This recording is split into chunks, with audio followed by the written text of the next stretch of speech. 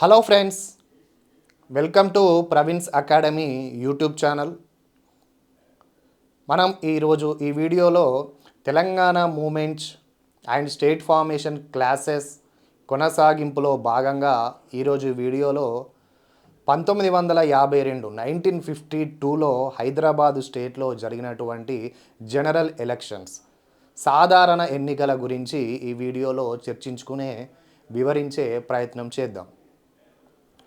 ముందుగా భారతదేశంలో అప్పుడు ఉన్నటువంటి రాజ్యాలని కానీ ప్రిన్స్లీ స్టేట్స్ అలానే ప్రావిన్సెస్ని మనకు 4 పార్ట్స్ కింద విభజించడం జరిగింది. పార్ట్ ఏ స్టేట్స్ అని, పార్ట్ బి స్టేట్స్ అని, పార్ట్ సి స్టేట్స్ అని, పార్ట్ డి స్టేట్స్ అని.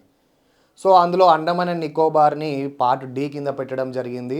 హైదరాబాద్ని పార్ట్ బి కింద చేర్చడం జరిగింది. So Jammu and Kashmir also belongs to part B state.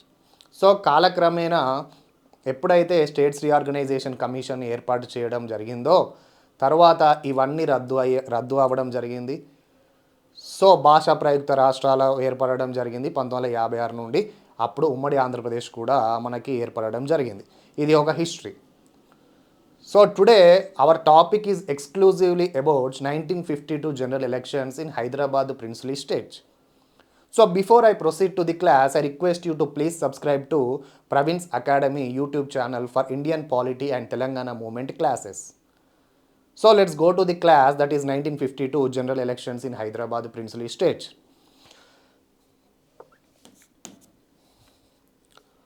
ఇంత ముందుగా మనం చెప్పుకున్నట్టు హైదరాబాద్ రాజ్యంలో తెలంగాణ ప్రాంతం ఉండేది, మరాఠ్వాడ ప్రాంతం, అలానే కన్నడ ప్రాంతం. ఈ 3 ప్రాంతాల కలయికే హైదరాబాద్ రాజ్యం.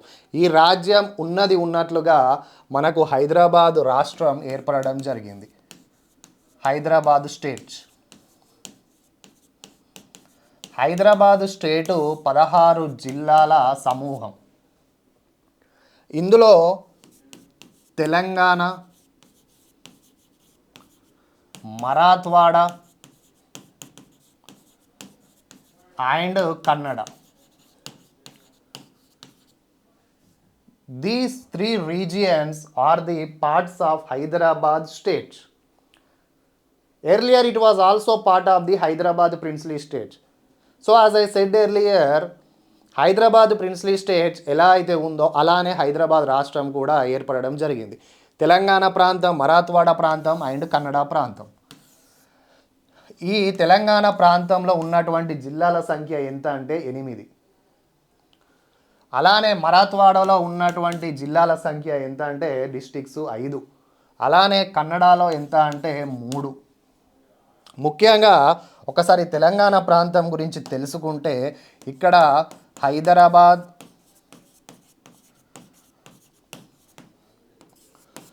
Next Karimnagar,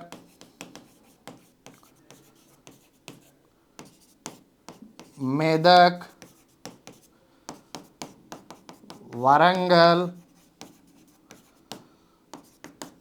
next Adilabad, Mahabubnagar, Nizamabad and Medak, Hyderabad, Karimnagar, Medak, Warangal, Adilabad, Mahabubnagar, Nizamabad and Nalgonda. So ఈ 8 డిస్ట్రిక్ట్స్ ఆనాడు తెలంగాణ ప్రాంతంలో ఉండేవి. సో కాలక్రమేణా అందరికీ తెలిసినటువంటి విషయం 1953లో మనకు ఆనాడు ఉన్నటువంటి వరంగల్ నుండి విభజన చెంది ఖమ్మం డిస్టిక్ ఏర్పడడం జరిగింది అక్టోబర్ 1 నాడు. సో తర్వాత 1978లో హైదరాబాదులోని రూరల్ ప్రాంతాన్ని తీసేసి మనకు రంగారెడ్డి డిస్టిక్ కింద ఏర్పడడం జరిగింది. అందుకే తెలంగాణ ప్రాంతం 2014 జూన్ 2న ఏర్పడే నాటి సమయానికి మనకు మొత్తంగా తెలంగాణ ప్రాంతంలో 10 జిల్లాల సమూహం. తెలంగాణ 10 డిస్ట్రిక్ట్స్. సో ఇక్కడ ఈ 8 జిల్లాల్లో ఇవన్నీ చర్చించుకున్నప్పుడు మనకి ఇక్కడ శాసనసభ్యుల సంఖ్య కూడా తెలంగాణ ప్రాంతంలో ఎంత అనే విషయం కూడా తెలుసుకోవాలి. సో ఇక్కడ 95,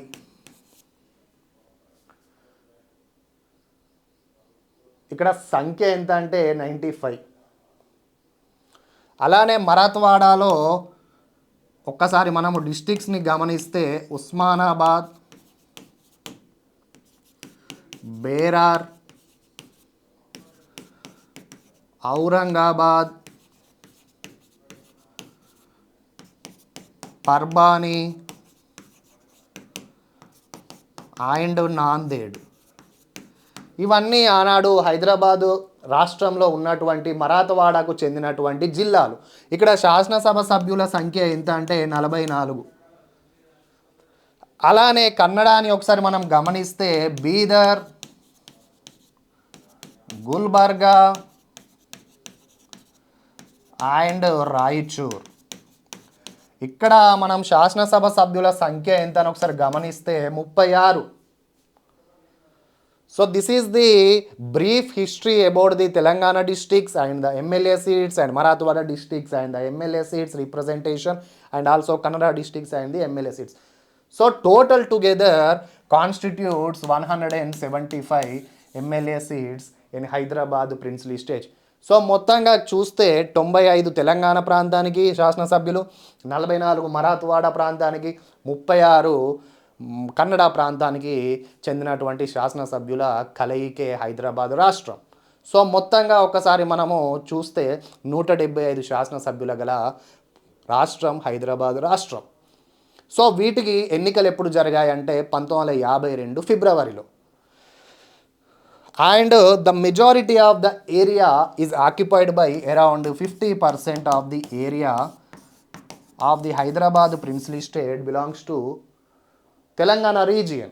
And moreover here around approximately 28% of area belongs to Marathwada region and around 22%. These all are approximate estimates, not an exact number. So 50%, 28% and 22%. These are the areas and its estimation in Hyderabad princely state. Now let's come to the elections.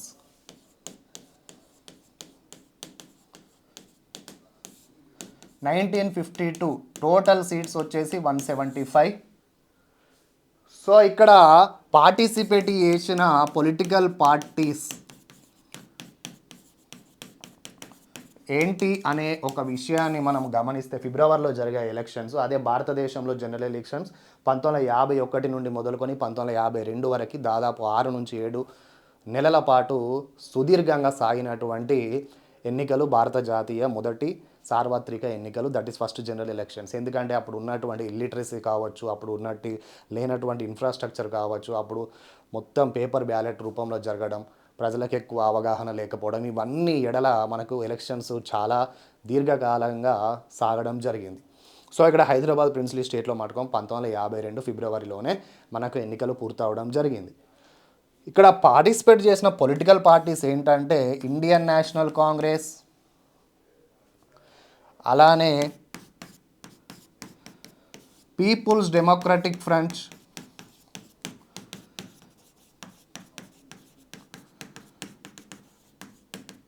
So communist party మీద అప్పుడు ఉన్నటువంటి నిషేధం దృష్ట్యా Communist Party of India to be more precise, so communist party మీద ఉన్నటువంటి నిషేధం దృష్ట్యా ఆ పార్టీ నుంచి పోటీ చేయాలనుకునే ప్రతి ఒక్కరూ పీపుల్స్ డెమోక్రటిక్ ఫ్రంట్ నుంచి పోటీ చేయడం జరిగింది.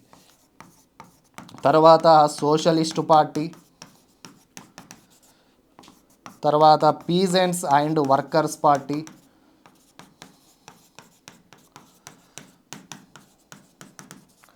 Next scheduled caste federation, next ఇక కామన్గా మనకు ఇండిపెండెన్స్, వీళ్ళ రూపంలో కూడా భారీ సంఖ్యలో మనకు గెలుపొందడం జరిగింది. దాదాపు 14-15 మంది ఇండిపెండెన్స్ మనకు ఆ ఎలక్షన్స్లో వారి యొక్క ప్రభావాన్ని చూపుతూ గెలుపొందడం జరిగింది. That is a good number. ఆ టైంలో ఇండిపెండెంట్గా గెలవడం అంటే it's not a small thing. Next అమ్మ ఇక్కడ కాంగ్రెస్ పార్టీకి ఒకసారి మనం గమనిస్తే 93 సీట్స్ రావడం జరిగింది. అలానే పీపుల్స్ డెమోక్రటిక్ ఫ్రంట్కి ఒకసారి గమనిస్తే 42 సీట్లు రావడం జరిగింది. ఈ సోషలిస్టు పార్టీకి 11, దీనికి 10, దీనికి 5, ఈ ఇండిపెండెన్స్కి 14 ఆర్ 15. సో ఇలా వారి యొక్క ప్రభావాన్ని చూపడం జరిగింది. అప్పుడు ఉన్నటువంటి ఎలక్టరోట్ సంఖ్య దాదాపు 90 నుంచి 92 లక్షలు ఒక అంచనా ప్రకారం. ఎన్నికలలో పాల్గొన్నటువంటి సంఖ్య 52 లక్షల మంది తమ ఓటు హక్కు వినియోగం చేసుకున్నారు. ఈ 175 స్థానాల్లో కూడా మనం ఇంకో విషయం గమనించాల్సింది ఏంటంటే 143, 142 ఏకసభ్య నియోజకవర్గాలు, అలానే 33 ద్విసభ్య నియోజకవర్గాలు. ఏకసభ్య నియోజకవర్గాలు, ద్విసభ్య నియోజకవర్గాలు మనకు ఆనాడు హైదరాబాద్ రాష్ట్రంలో ఉండేవి. హైదరాబాద్ రాష్ట్రంలోనే కాకుండా 1952, 1957 దేశం మొత్తం కూడా ఈ ఏకసభ్య నియోజకవర్గాలు, ద్విసభ్య నియోజకవర్గాలు అమలులో ఉండేవి. సో కాలక్రమేణా 1961లో ఆనాడు కేంద్ర ప్రభుత్వం పార్లమెంటు ద్వారా మనకి ద్విసభ్య నియోజకవర్గాల్ని అబాలిష్ చేయడం జరిగింది. సో ఈనాడు మనకు కేవలం ఏకసభ్య నియోజకవర్గాలే మనకు దేశంలో కానీ రాష్ట్రంలో కానీ ఉన్నాయి. ఈ ఏకసభ్య నియోజకవర్గాలు అంటే ఏంటమ్మా? ఇక్కడ ఒక్కరే ఓటరు, ఒకే ఓటు ఉంటుంది, ఒక వ్యక్తినే ఎన్నుకోవడం జరుగుతుంది. ఈ ద్విసభ్య నియోజకవర్గంలో మనకి 2 ఓట్లు వేసి 2 వ్యక్తుల్ని ఎన్నుకోవడం జరుగుతుంది.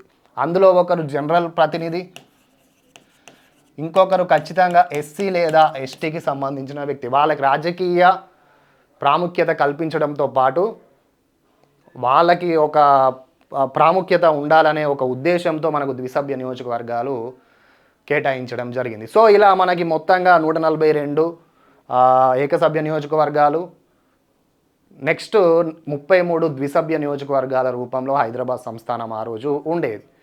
So this is the election brief history. ఆనాడు కమ్యూనిస్టు పార్టీ అంటే పీపుల్స్ డెమోక్రటిక్ ఫ్రంట్ నుంచి చాలామంది ప్రముఖులు కూడా గెలుపొందడం జరిగింది. వారిలో రావి Narayana Reddy,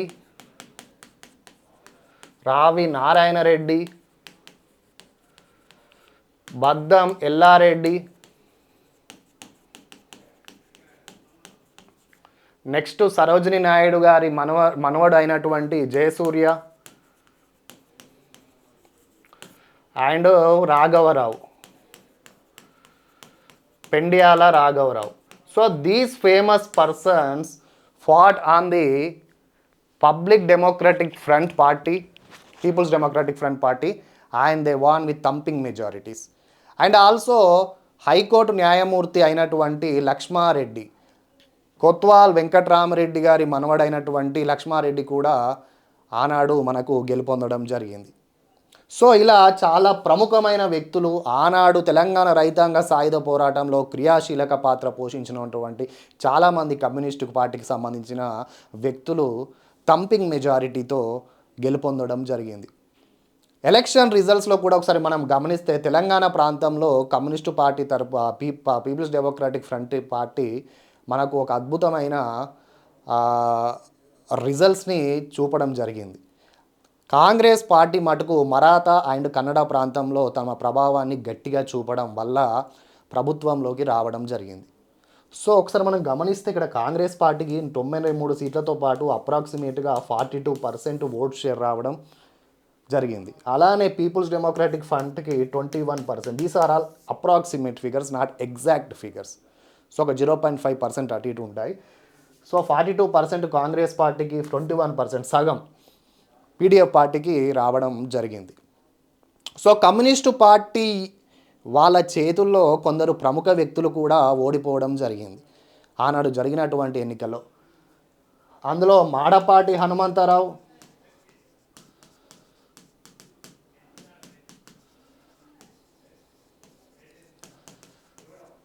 one of the most prominent person. 1921లో ఆంధ్ర జనసంఘం ఏర్పాటు చేయడం, 1930లో దీన్ని ఆంధ్ర మహాసభగా కన్వర్ట్ చేయడంలో కీలకమైన పాత్ర పోషించినటువంటి మాడపాటి హనుమంతరావు కమ్యూనిస్టు పార్టీ వాళ్ళ చేతిలో ఓడిపోవడం జరిగింది.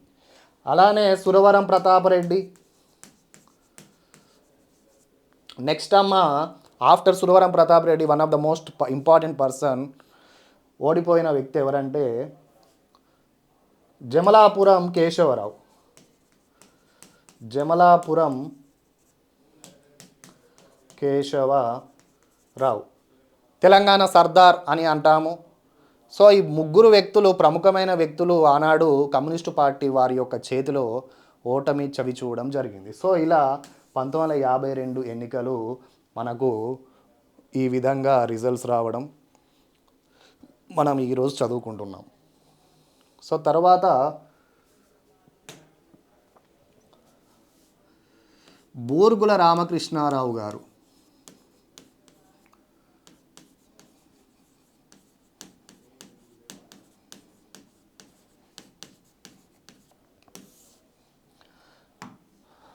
బూర్గుల రామకృష్ణారావు గారు షాద్నగర్ నుండి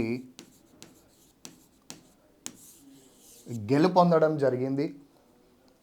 ఇతను అత్యంత మేధావి, లాయర్. ఇతనికి తెలుగు భాష అయితేనేమి, ఉర్దూ భాష అయితేనేమి, పెర్షియా భాష అయితేనేమి, ఇంగ్లీష్ భాష అయితేనేమి, కన్నడ భాష అయితేనేమి, మరాఠా భాష అయితేనేమి, ఏ భాష మీదమైన సంపూర్ణమైన అవగాహన ఉన్నటువంటి ఒక బహుభాషా కోవిదుడు, మేధావి, ఇంటెలిజెంట్ పర్సన్. మనం ఈరోజు ఒక్క భాష రెండు భాషలు మాట్లాడడానికి కింద మీద అవుతున్నాం, కానీ అతను దాదాపు హ్యాండ్ఫుల్ ఆఫ్ లాంగ్వేజెస్ చాలా ఈజీగా మాట్లాడేవాడు. So this is the greatness of Burgula Ramakrishnarao. ఫిబ్రవరిలో జరిగినటువంటి ఎలక్షన్స్, మార్చ్ 6న 1952 కింగ్ కోటిలోని రాజ్ ప్రముఖ్ హౌస్ అయినటువంటి మీర్ ఉస్మాన్ అలీ ఖాన్ ఇంటిలో బూర్గుల రామకృష్ణారావు గారు ప్రమాణ స్వీకారం చేసి హైదరాబాద్ రాష్ట్రానికి మొట్టమొదటి ముఖ్యమంత్రిగా, చిట్ట చివరి ముఖ్యమంత్రిగా కూడా అవ్వడం జరిగింది. సో ఇతను తన మంత్రివర్గంలో 13 మందిని చేర్చుకోవడం జరిగింది. బూర్గుల రామకృష్ణారావు మార్చి 6న మనకు ముఖ్యమంత్రి కావడం, కాలక్రమేణా కొన్ని నెలల వ్యవధిలోనే మనకు ముల్కీ అజిటేషన్ రూపంలో వరంగల్లో ఒక భారీ ఎత్తున ఒక ఉద్యమం జరగడం, తీవ్ర రూపంగా ఆ ఉద్యమం మారి సిటీ కాలేజ్ ఇన్సిడెంట్ రూపంలో కూడా కొంతమంది విద్యార్థులు చనిపోవడం, తర్వాత జస్టిస్ పింగిలి జగన్మోహన్ రెడ్డి కమిషన్ ఏర్పాటు చేయడం అన్నీ బూర్గుల రామకృష్ణారావు గారి కాలంలోనే జరిగాయి. సో ఈ 13 మినిస్ట్రీస్లో కొన్ని ఇంపార్టెంట్ ప్రముఖమైన మినిస్ట్రీస్ మనం ఒకసారి గుర్తు చేసుకుంటే, దిగంబర్ రావు,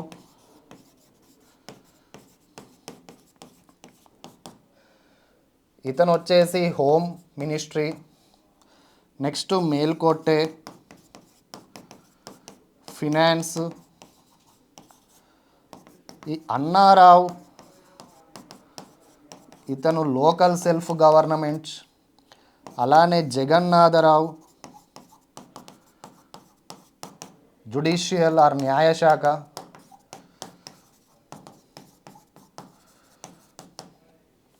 నెక్స్ట్ దేవి సింగ్ చౌహాన్ గ్రామీణాభివృద్ధి, rural development. So these are all ministers అమ్మ. మన తెలంగాణ ప్రాంతానికి చెందినటువంటి కేవి రంగారెడ్డి గారు ఎక్సైజు. నెక్స్ట్ మర్రి చెన్నారెడ్డి గారు పౌర సరఫరాలు, అంటే civil supplies department, civil supplies ministry and also agriculture ministry. Nawaz Jung public works department. Vinayakarao industries. ఇలా కీలకమైన శంకర్ అనే వ్యక్తి న్యాయశాఖ, సాంఘిక సంక్షేమ శాఖ.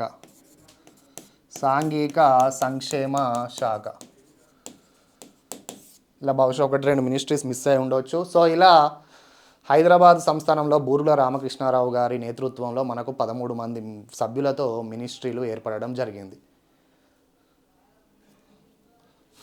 తర్వాత VB Raju is also important. I forgot to say, I think అన్నారు local self government. VB Raju కూడా బహుశా ఒకటో రెండో మిస్ అయి ఉంటాయి. ఇలా మనకు 13 మంది సభ్యులతో కాలక్రమేణా కొత్తగా ఇంకొక 8 మందిని తన మంత్రివర్గంలోకి తీసుకోవడం జరిగింది. ఇలా బూర్గుల రామకృష్ణారావు గారు తన పరిపాలనలో ఎన్నో సంస్కరణలు, ఎన్నో రీఫార్మ్స్ తీసుకురావడం, కానీ కాలక్రమేణా ఇక్కడ లోకల్గా మనకు ఎలిజిబుల్ క్యాండిడేట్స్ లేరని చెప్పి చాలామంది వేరే రాష్ట్రాల నుంచి తీసుకొని ఇక్కడ నియమించడంతో ఇక్కడ లోకల్గా ఉన్నటువంటి వ్యక్తులకి ఒక అసంతృప్తి, ఆగ్రహం ఇవన్నీ కలుగజేస్తా కాలక్రమేణా 1952 ముల్కీ అజిటేషన్కి దారి తీయడం ఇతని కాలంలోనే మనకు జరిగిందని ఇంతకుముందే మనం వివరించడం జరిగింది. దీన్ని కూడా కాలక్రమేణా తదుపరి చాప్టర్స్లో, తదుపరి క్లాసెస్లో కూడా మనం సమగ్రంగా, సవివరంగా, ఇన్ డీటెయిల్గా వివరించే ప్రయత్నం కూడా చేద్దాం. నెక్స్ట్ ఇక్కడ ఒకసారి మనం గమనిస్తే బూర్గుల రామకృష్ణారావు గారు 1956లో ఎప్పుడైతే ఏపీ రాష్ట్రం ఏర్పడుతుందో ఇతన్ని 1956 నుంచి 60 వరకు కేరళ గవర్నర్గాను, అలానే 1960 నుంచి 62కి ఉత్తరప్రదేశ్ గవర్నర్గాను కేంద్ర ప్రభుత్వం నియమించడం జరిగింది. అక్కడ కూడా తన సేవలని చాలా విశిష్ట సేవలు అందించడం జరిగింది. ఇలా బూర్గుల రామకృష్ణారావు గారు ఒక గొప్ప వ్యక్తి అని కూడా చెప్పొచ్చు. He is an intelligent person, he has extreme knowledge in different languages and he is an states man అని కూడా మనము చెప్పొచ్చు. So this is the brief history of 1952 general elections. తదుపరి వీడియోలో బూర్గుల రామకృష్ణారావు గారు తీసుకొచ్చినటువంటి పొలిటికల్ రీఫార్మ్స్ అయితేనేమి, అడ్మినిస్ట్రేటివ్ రీఫార్మ్స్ అయితేనేమి, అలానే ఎకనామిక్ రీఫార్మ్స్ అయితేనేమి, జాగీర్దారీ రద్దు చట్టం అయితేనేమి, టెనాన్సీ అబాలిషన్ యాక్ట్ అయితేనేమి, తర్వాత సవరణ చట్టం అయితేనేమి, ఎడ్యుకేషన్ మీద అతను చేసినటువంటి రీఫార్మ్స్ అయితేనేమి, తర్వాత నాగార్జున సాగర్ ప్రాజెక్టు శంకుస్థాపన అయితేనేమి, ఇలా ప్రతి విషయాన్ని చాలా సుదీర్ఘంగా, చాలా సవివరంగా వివరించే ప్రయత్నం తదుపరి వీడియోలో చేద్దాం. So before I end this class, once again I remember to subscribe to Praveens Academy YouTube channel. So thank you, and subscribe to Praveens Academy channel for further videos and further information, especially Telangana movement classes and Indian politics classes. Thank you.